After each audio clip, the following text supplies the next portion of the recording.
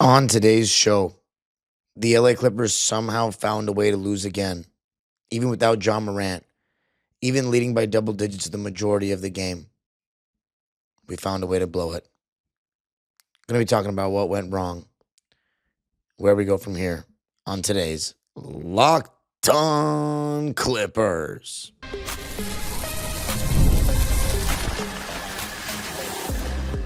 You are Locked On Clippers, your daily Los Angeles Clippers podcast, part of the Locked On Podcast Network, your team every day. Yes, sir. You were locking in with the Clips. Thank you for making Locked On Clippers the first listen of your day, your team every day. I'm your host, Darian Vaziri, born and raised in LA, been a Clipper fan for 21 years, been covering the team on my own YouTube channel, Dime Dropper, for 6, and 4 right here on the Locked On Podcast Network, your team every day, and now the #1 sports podcast network. You can follow and listen wherever you get your podcasts. And of course, subscribe on YouTube and hit the notification bell so you know every single time we post a video. On the road to 8,000 subscribers before the end of 2025. Somehow, Clipper Nation, we lost this game. After being up by double digits for a lot of it, after being up by as many as 16 points, we still found a way to lose. I'm going to be talking about my initial reaction, how it happened, how it was, being at the game, the second half that we had, and just where we stand going into Saturday. I'm not going to lie. I did not know that John Morant wasn't going to play. Their starting lineup was Jalen Wells, Cedric Coward, Vince Williams, Jaren Jackson Jr., and Zach Edey. There is not one reliable perimeter shot creator there. They're without all three of their perimeter shot creators, John Morant, Scottie Pippen Jr., and Ty Jerome. I attended this game, and a vlog will be out on my channel in the morning on Dime Dropper to show the experience to the fans, including something that happened at the end of the game that I'll talk about later. But I could see all those three in street clothes. Jaren Jackson Jr. was their only consistent sort of offense you would think going into the game. And Cedric Coward has been a very impressive rookie so far. In the first quarter, it looked exactly like, honestly, the whole first half, it looked exactly like how we thought it would go if it was to go great for us. We were up by 13.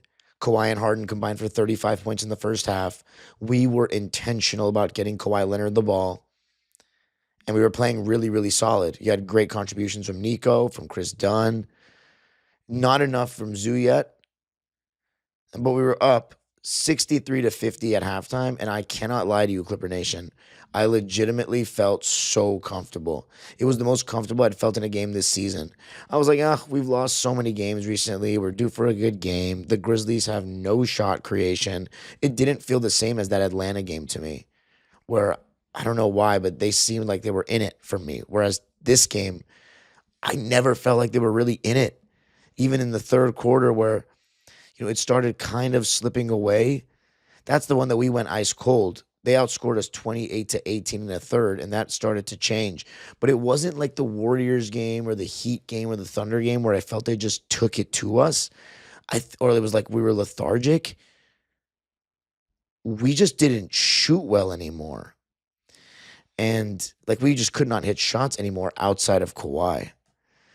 And when I look at that third quarter, at one point, we were still up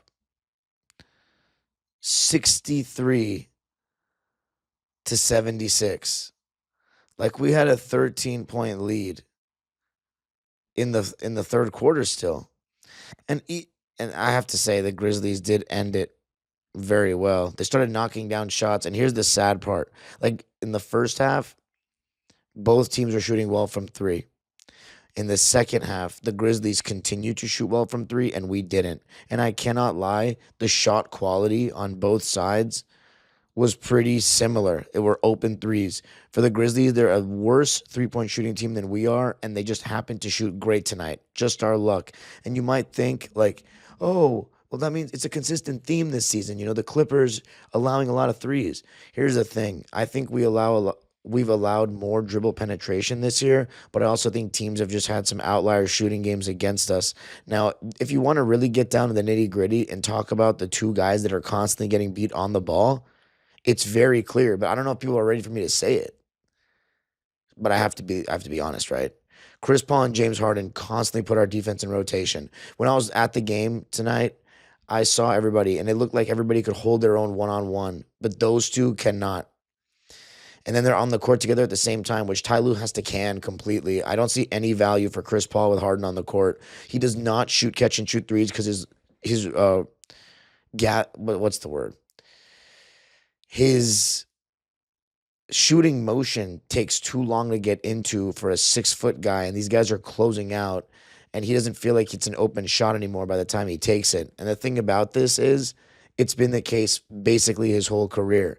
He's always had that slow load up, and he's not a very willing 3-point shooter as a result off the catch. I think it's definitely gotten a little worse. Like, he's had some years and phases where he was taking that shot and making that shot, but he needs a lot of space. And it's just pointless to have them two out there together. But again, another game where we didn't play Brook Lopez, and John Collins was playing small ball 5, and I thought he was taking fine shots, but he could not hit. And that's been a consistent thing this season, even though I've been saying, you got to play John Collins, you got to live and die by John Collins, because we made that trade.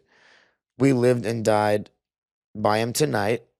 And that's fine. If he's going to play badly and show that maybe we made a horrible move, it is what it is. I'll take my L on it. I defended it. I thought it was a good move given the fit. But it all started going south towards the end of that third quarter. And I really felt when Kawhi came out of the game, that's when we started going ice cold. We got a lot of good threes. The only thing I can say, if I want to criticize our process, was in the second half, Harden definitely fell off. He had a very good first half, 17 points, dictating the game well, but defensively was poor. And then in the second half, he ran out of juice and was shooting a lot of threes. And it was a lot of really, really, even again, I'm always going to say this because people always think it's, I'm being anti-Harden and I'm being harsh. There's no doubt that Harden has carried us this season. There's no doubt that he deserves better than what he's gotten. There's no doubt. By the way, they did a very nice little tribute to Chris Paul. Because he announced his retirement, like a little video, and people give him a standing ovation. And then same with James Harden with his 55-point game. So that was cool, a cool moment for both. But there were people in the swell that were saying Harden's got to pass the ball. Harden's holding the ball too long. I could hear it. People are saying it because it's true. Anybody that has eyes and isn't biased can see that at times he is just stagnating ball movement. And when he's making shots, it's totally okay because he's making shots and we're winning. But in this game, it wasn't falling, especially in the second half. And when Kawhi was out of the game, funny because usually we complain about when Harden's out of the game. Throughout this season, it's been when James comes out, we're not getting enough offense. But in this game, when Kawhi came out, and remember, he was still on a minutes restriction, which I wondered in the preview this morning, but Ty Lue said before the game he is still on that minutes restriction, and he capped at 28 minutes in this game, and it was very frustrating because he was actually playing great, and we were looking to get him the ball. And when he went out of the game in that third quarter, the Grizzlies started making shots, and we couldn't hit shots anymore because James didn't have it going. And Zoo, oh my God, just not enough in any sense, but I'll talk about him a little later. But then Memphis took the lead early on in the fourth. Kawhi had 6 straight points to kind of restore order. And then he had to be taken out of the game when it was 91-91 with about 7 minutes left. This was very hard to stomach. It was 7.5 left, and we were tied at 91. By the time he came back into the game, it was 103-95. So we got outscored by 8 points in the 3 minutes that he was out of the game, and we ended up losing by 5. Like, you can say all you want, James Harden and Zoo and them, you got to pick up the slack because, he's on a minutes restriction. It is what it is. Get it done. Unfortunately, I just can't really subscribe to that first. I think there's some validity to that, but I think the most glaring thing for me is, I'll talk about the specifics of why this team is ass right now, but when you have your best player having the best game of their season, and I'm not blaming Kawhi at all. I'm really not, and I'm not blaming Ty Lue at all. This is coming from, what we don't know. It's coming from upstairs. I don't think it's the Clippers medical team. It must be Kawhi's, because we know that there are two different things going on over there with Kawhi having his own staff. But Kawhi doesn't look happy about it. Your best player is on a heater, keeping you in the game, preventing this team from making a run, and then you take him out of the game in a crucial moment of the fourth quarter, and then we're down by 8 and we're playing catch up for the rest of the game. And all I can say is if it was on James to, put the cape on, he wasn't hitting, but also the others weren't hitting. And that's a big thing we got to talk about as well. It's just a lot of bricks. So it's a horrible loss. We got outscored 28-18 in the third and 34-26 in the fourth. All in all, we got outscored by 18 points in the second half, 62-44. And after scoring 63 points in the first half, we only scored 44 in the second. So my overall takeaway is this minutes restriction is killing us. He had 39 points in 29 minutes. I said 28 minutes earlier, 29 minutes. 39 points, 3 rebounds, 0 assists, 1 steal, but just 1 turnover on 15 for 24 shooting. So he was uber aggressive. 3 for 7 from deep and 6 for 6 from the free throw line. I loved it, but 29 minutes is insane, especially when our depth is giving us nothing. Kobe Sanders was 1 for 4 from the field. Kobe Brown was 2 for 7. So combined, they were 3 for 11. CP3, come on. 15 minutes. And some of them with Harden just didn't look good, but at least he shot efficiently. But all in all, we got 15 points from our bench. Pardon me, we didn't play Brook Lopez. We didn't play Cam Christie. So it's on the starters, but one of them's on a minutes restriction. And then Collins is playing like ass. And then Zubac is not playing well enough. And then Harden's not shooting well. Chris Dunn, honestly, I think he did his part. 11 points, 4 for 9 from the field, 2 for 5 from 3, 7 rebounds, 5 steals, and he was all over the game to start. But he just felt like he couldn't hit shots later too. But given his shooting splits, that's good enough for him. But coming up, going to talk about how we went so cold. It's a rough one, Clipper Nation. But I'm here. This is a safe space.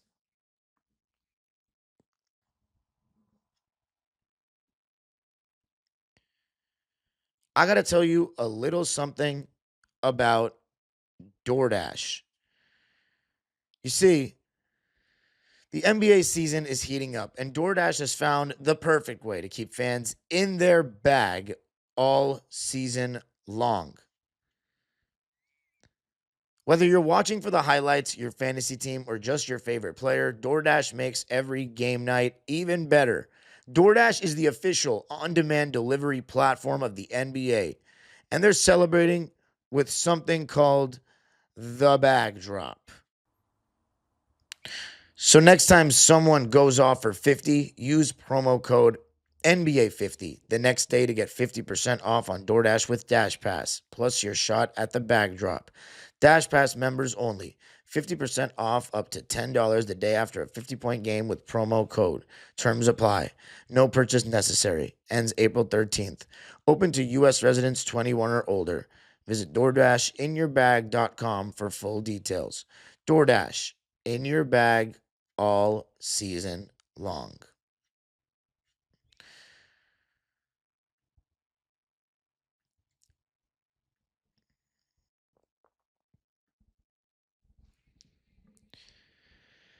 All right. Clippers lose at 112-107. We have now lost 2 out of our last 14 ball games. We're 5-14 on the season now, 3-6 at home, and have now been eliminated from the NBA Cup.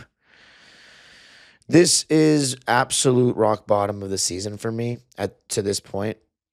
The silver lining is that Kawhi played great and was looking more like himself, because it's been a little shaky lately, but as we know, Kawhi Leonard always takes some time to get back into the swing of things, and then eventually he goes through a period after people say that, oh, he's washed, I think it's officially gotten to him now, and then he starts playing great again. So maybe we're hopefully, if I want to put a positive spin on it, looking at Kawhi Leonard, once this minutes restriction is lifted, and I doubt it'll be lifted on Saturday night, he will be dominating again. But overall, yeah, that minutes restriction, it kills me.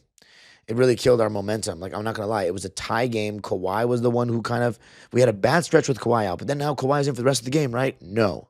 Comes out when he's carrying us, keeping us in the game, from preventing the Grizzlies from taking over. And these guys like Jock Landale and freaking Cam Spencer making these big threes. KCP was 4 for 7 from three. And Santi Aldama, I've seen so many games this season where he was just bricking threes and he was 2 for 2. So again, a team that does not shoot well from three went 43% from deep and 44% from the field. So they shot almost as well from three as the field, and they're not a three-point shooting team. They shot 77% from the free throw line. We shot 90. So again, consistent theme this season that we're doing better than other teams from the line. But we shot 43% in the game, but the biggest disparity is the 43% from three for them to the 32% from three from us. And that's sometimes it's just a make or miss league. And I'll tell you one thing that's been consistent, and it's partially coincidence. I don't want to say coincidence. Partially bad luck, but there's also some schematic stuff to it.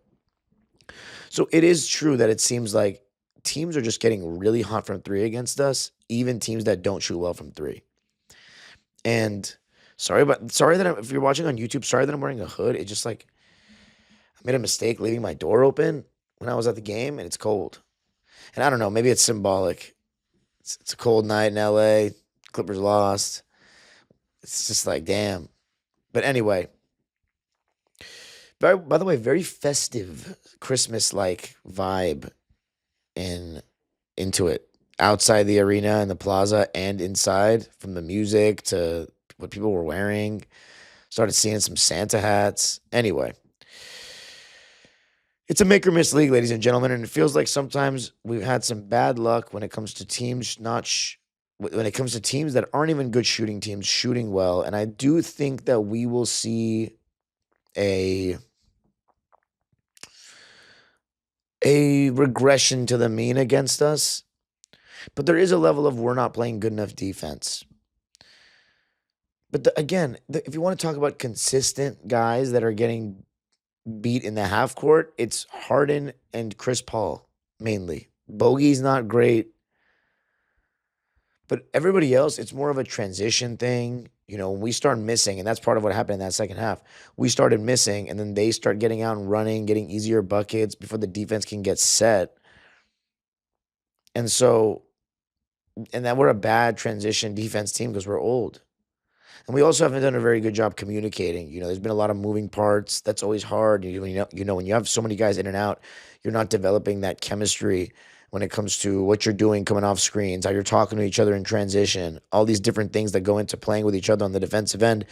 Those have been hampered by these constant injuries and, Bradley Beal minutes restriction. And it's just like, I don't know. I feel like this team has not really gone to play and never will in terms of with Beal, but without Beal, even still, we haven't gotten the shackles lifted off of us. So when it comes to the other teams shooting well, I think we will I still stand by what I'm saying, that we will see a regression, but we offensively can do a better job of hitting shots, which will set our defense, because our half-court defense is infinitely better than our transition defense. And we just went cold. And eventually, you got to hold some of these role players accountable. I'm very hard on the stars, very hard on the stars. But right now, these are the stats that stand out for me. We were up 69-53 with 10 and a half minutes left in the third. And we were outscored 59-38 in the last 22 and a half minutes of the game. So it was a total collapse. But the number that sticks out to me there is 38. We stopped scoring outside of Kawhi Leonard. And just to make it even more clear about the non-Kawhi minutes, in the second half, Kawhi had 21 points, shot 66% from the field and 40 from three. And we were even in his minutes. The rest of the team scored 23 points in the second half, made the same amount of shots, 8, but instead of being 8 for 12, we're 8 for 30. And instead of making the same amount of threes they made the same amount of threes with 2, but they missed 3 times as many. Kawhi was 2 for 5 from 3. the rest of the team was 2 for 15 from three. So 8 for 30 and 2 for 15 from three, 23 points, and a minus 18 in the 9 minutes and 18 seconds that Kawhi was off the floor, according to Clipper beat writer Law Murray and our good friend. Minus 18 without Kawhi. Now, here's the thing. There have been tons of games this season where it's been, when Harden goes to the bench, we collapse. And again, it's just, and I don't mean to keep saying this like it's an excuse, but it really does matter. Because again, you can put the red nose on me. This is one of the worst preseason predictions. And I'm not a great predictor. I'm on record saying that I'm not great at predicting. I think I'm much better at breaking down what happened as opposed to predicting what's going to happen. But I look like a clown because I really believe that we were at worst like the 6th seed, and I didn't expect somebody to be out for the season that early, and maybe that's me being naive with Beal, but I really thought that if Kawhi was out, Beal and them can step up. If Beal's out, which will be most of the season, Kawhi and them will step up. I never thought of, what if Kawhi and Beal are out and we only have no other shot creators? But I thought about Zubac taking another step up. I thought about Chris Paul. I thought about Brook Lopez. John Collins, these guys, these new signings have all been disappointing. And here's the thing. We talked about doubling down on old. Is that going to hurt? It's definitely hurt because Brook Lopez looks too slow. Chris Paul looks too slow. Brook Lopez is out of the rotation in game number 19. By game number 18, he's been out of the rotation. I think he offers some stuff offensively, and maybe he could have made some shots. But I don't know. I honestly would play Brook Lopez because we're devoid of offense. We just have to take the good and the bad that comes with him. And we accepted, though, when we built this team that we're going to probably not be as good defensively. We're going to be better offensively. But we're awful defensively is the problem. Making shots would really help our defense, though, because it would set it. It would set it. And we just went cold. John Collins, he had so many open threes. Look, John Collins got 33 minutes tonight. He got exactly what I wanted, more minutes. He had 10 points, 7 rebounds. I thought in the first half he did some good things going to the basket, and I thought he had some nice finishes around the basket, but damn, this fool's jumper was broke, and it has been broke lately. And we need better because we don't have Derek Jones. We don't. Chris Paul, Brook Lopez, and Bogey's still out, by the way. So let's just take away. That means we have 2 players out of that initial 11 that we thought was going to be good. I thought was going to be good. I'm not going to say we. I thought was going to be good. And we subtract 2 of them with Bogey and Beal out. So now we're down to 9. You got to play those 9 and then 1 more, which would probably be Kobe Sanders, in my opinion. Because we played Kobe Brown. I still don't think he's really an NBA player. 5 points for Kobe. 2 for 7 from the field. 1 for 6 from 3, and every single one but 1 was wide open. 0 boards, 0 assists, 2 steals, 0 turnovers. Again, Kobe Brown's a dope dude. Got to meet him in Vegas briefly. I wish him the best, but just being objective, I just don't see anything there. Especially not right now for a team that's trying to win. Kobe Sanders, yes. But yeah, 16 minutes for Kobe Brown. He was a -6, missed a lot of threes. And then John Collins, 0 for 4 from deep, 4 for 12 from the field. It's not good enough. And then Harden, 6 for 18 from the field, 4 for 13 from 3, 13 of his 18 shot attempts for threes, which tells you the story right there. I think he's much better when he's getting downhill. 23 points, 7 boards, 11 assists, 2 steals, and 5 turnovers for James. So even on a bad night, he's having 23, 7, and 11 and 2 steals, but 5 turnovers and shooting 33% from the field and then dribbling that much and everybody's just standing around. That's not good basketball. But coming up, I'm going to talk even more about what happened, the players. There's just so much to say, isn't there?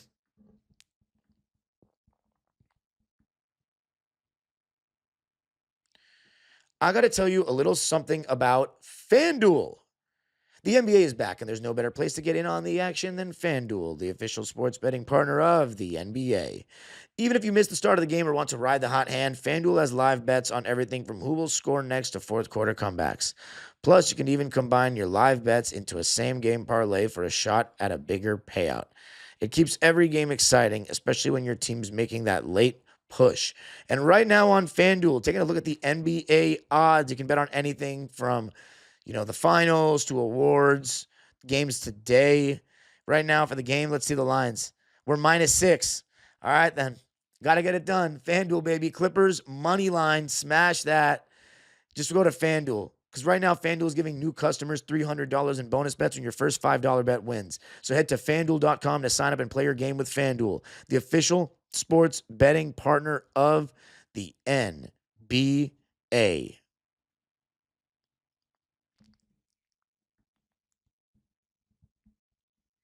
All right. So the Clippers losing 112 to 107. We've now lost 2 out of our last 14 games. Sorry, we've only won 2 out of our last 14 games. We were 3-2 at one point this season. But anyway, to talk about some of the matchups, you had John Collins on Jaren Jackson Jr., Ivica Zubac matching up with Edey, Kawhi on Cedric Coward, Chris Dunn on Vince Williams Jr., and James Harden on Jalen Wells. And as I mentioned, Jalen Wells is a good Harden defender, and you saw a lot of that in this game. He was guarding Harden. Vince was guarding Kawhi. And as I said, Kawhi's got that size advantage. He's got 3 inches on him, and he took advantage of it. Zach Edey on Zoo. By the way, Edey out-rebounded Zoo by a lot. Zoo had 12 rebounds. Edey had 19. And Zoo played 7 more minutes than him. And by the way, for Edey, 6 of those were offensive rebounds. So Zoo still is not doing a good enough job rebounding for me, even though he's one of the only people rebounding and boxing out. But he's not boxing out enough. He's just standing there watching sometimes. It's not good enough, man. I'm very disappointed in Zoo. I'm very disappointed, honestly. Zoo was in drop coverage. I'm going to keep talking about that, by the way. Don't think I'm going to forget. Zoo was in drop coverage. Jaren Jackson Jr. was in drop coverage. Jock Landale was hedging on the ball screens, and he's been doing it all season, I've noticed, because they clearly don't trust him at the rim. And then Edey was hedging and a little bit of drop. He was doing a little bit of both. The first 90 seconds of the game, we went up 9-0 because we hit 3 threes. 1 Harden, 1 Chris Dunn, and 1 Kawhi. I was like, okay, this might be a blowout. Like, we're due for a good game. Chris Dunn's all over the place, getting offensive rebounds, getting steals, getting jump balls. But yeah, then we went with JC at the 5, and we're hedging with him on the ball screens, and Kawhi was just cooking in the first half. Quarter. 10 points in the first, and then when he came out of the game, Nico comes in, gives us 2 blocks, a bunch of energy, and we had Harden had a little heater to end the quarter, and had 11 points at the end of 1. So we're looking good. And then the second quarter, we had a quick 5-0 start to the quarter that led them to call a timeout. Kawhi was continuing to be aggressive, and Zoo was missing Chippy still. That part of the reason why they were still within striking distance, is because Zoo wasn't great. He just not making his shots around the rim, which has been somewhat consistent this season, unfortunately.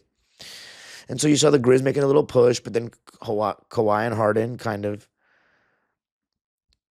were able to restore order. So at halftime, I just thought, stay the course, continue to guard and rebound, and knock down open shots, and Kawhi stays aggressive. A lot of that happened, but the biggest one that didn't happen that I said, knock down open shots. We went a bit cold without Kawhi to make it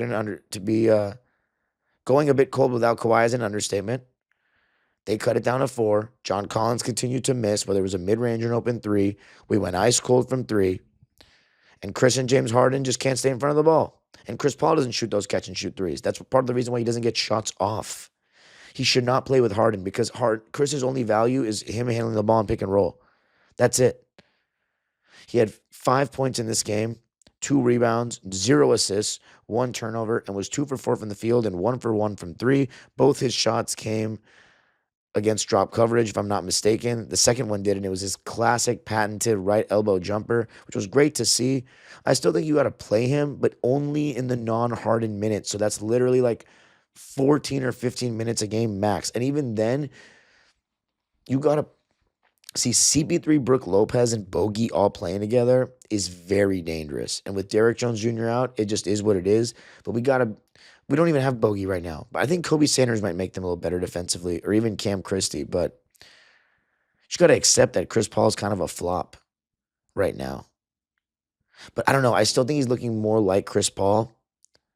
So I wouldn't give up on him just yet. He's a -2 in the plus minus this game. And look, he can't guard. But I really think that not playing him with Harden would be a much better idea.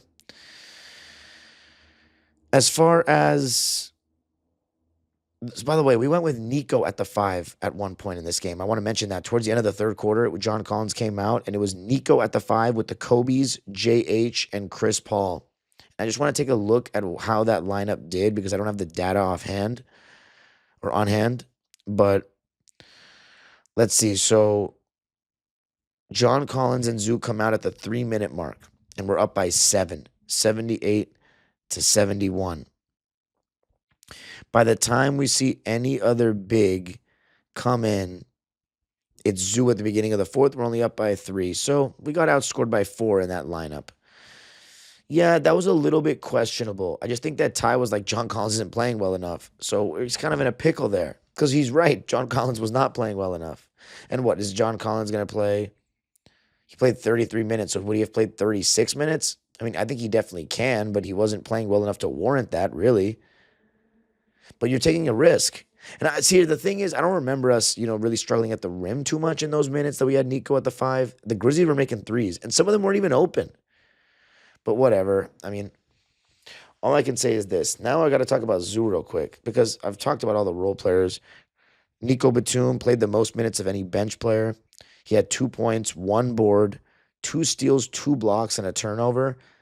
He didn't get 1 shot off. He got fouled on a 3 and made 2 out of 3 free throws, but the fact that he didn't even get 1 shot off is nuts in 23 minutes.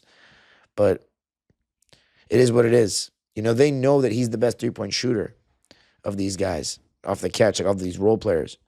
Kobe Sanders, 3 points, 2 assists, 1 steal, no turnovers on 1 for 4 shooting and 1 for 2 from 3. Yeah, I mean, it didn't give us much. So yeah, as I said, we did not get much off our bench, whereas they had 13 from Aldama, 12 from Landale, 12 from KCP, and 10 from Cam Spencer. So outside of John Conchar, they had double figures with every single bench player. From every single bench player. That's going to help you win a game. And then, yeah, as I said, Collins only with 10 on 33% from the field and 0 from 3. Chris Dunn had 11 points, 7 boards, 1 assist, 5 steals, and 2 turnovers on 4 for 9 shooting and 2 for 5 from downtown. Already talked about Harden's stat line. Now let's talk about Zubac. I'm very disappointed. Very disappointed. Zoo not only missed chippies, but it's the same damn story. Not only missed chippies, is not boxing out enough, not rebounding enough, but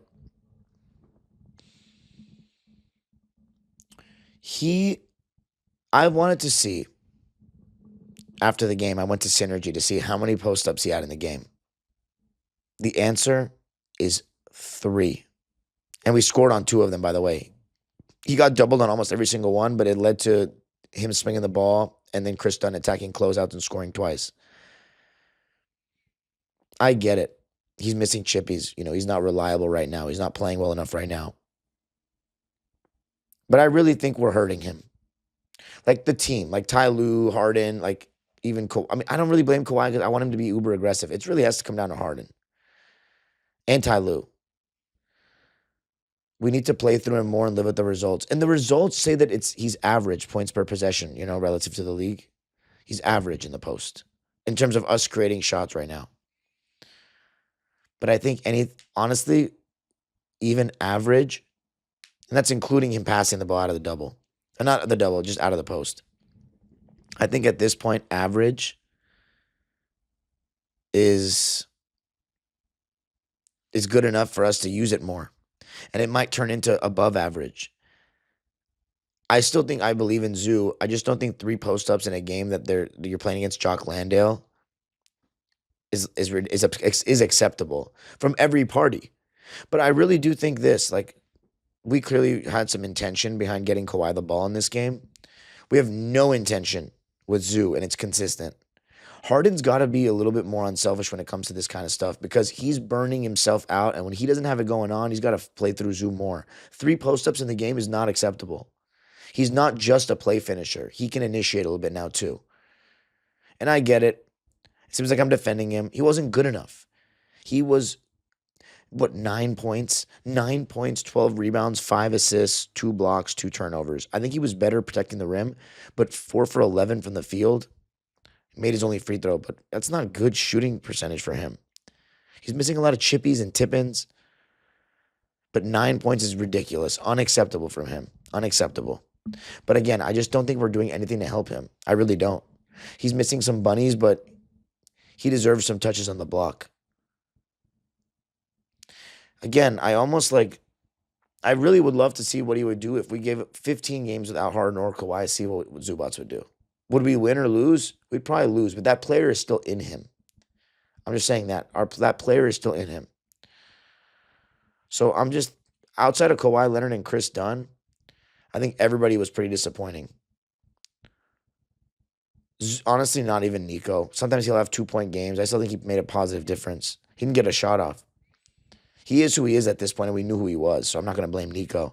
Those other guys need to do better. In terms of Ty Lue, I don't really know what he could have done. That minutes restriction is really hampering him. The only other thing I would say with him is John Collins should have probably stayed in because Nico at the 5 is too risky. But besides that, he's hampered with the minutes restriction. Brook Lopez, maybe he needs to get back in the rotation. I don't know. It's either option is not great.